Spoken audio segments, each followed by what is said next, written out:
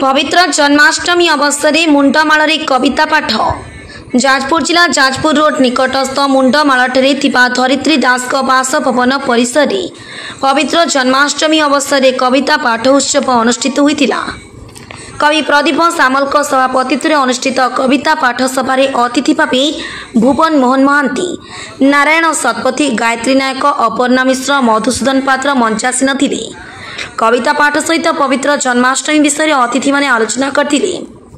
परे बालेश्वर खैरारू कवि तथा सांबादिक नरेंद्र प्रसाद बेहरा, भद्रक आगरपड़ा अंचल कुनी कवि श्रद्धांजलि खमारी एवं स्थानीय अंचल हेमलता जेना, महेश्वर नायक, कल्पना नायक, सुप्रिया मिश्र, कैलाश पात्र, धीरेन्द्र कुमार मिश्र, गोलख चंद्र बारिक, नित्यानंद दास, प्रदीप कुमार सेठी, बलराम कांडी, सुख बेहरा, क्षेत्रवती महांती, मधुस्मिता नायकों समेत अनेक कवि श्रीकृष्ण विषय कविता पाठ करथिले। कविता संयोजना करथिले गायत्री नायक और अपर्णा मिश्र। प्रतिवर्ष परि ए वर्ष मध्य धरित्री दास निज बासभवन परिसर में जन्माष्टमी पालन करथिले। एथिरे श्रीमती दास का स्वामी संपूर्ण सहयोग करिथांती बोली अतिथि माने कहिथिले। श्रीमती दास का उद्यम एवं तांको स्वामी को सहयोग जोगु कवि मानक कविता बासभवन परिसर आनंद उल्लास भरी दे थाए। ए वर्ष मध्य कवि मानक कविता पाठ एवं पंडितों पूजा पाठ रे बासभवन प्रकंपित होई उठिला, जहाँ उपस्थित कवि बंधुबांधव और पाख पड़ोशी को आश्चर्यजनित करिथिला। बालेश्वर एवं जाजपुर नरेंद्र प्रसाद बेहरा रिपोर्ट, जयदेव न्यूज।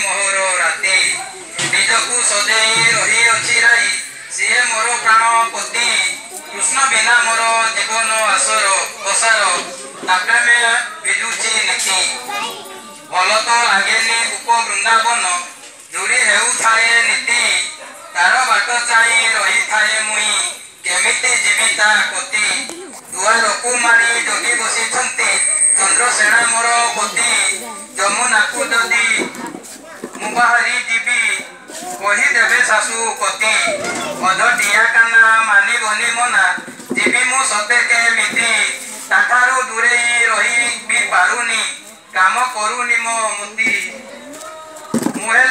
मुदेह हेले से मो जीवन मो क्षीर सीए ज्योति ज्योति बिना सारा दुनिया अंधार देखी तो हुएनी क्षति सीए देह हेले मुता आर छाई दूरे ही जीवी के मिति एही मो मनर हृदय भितरे रखिछि ताकू सारा इति कान्हा मोर मन कान्हा मोर प्राण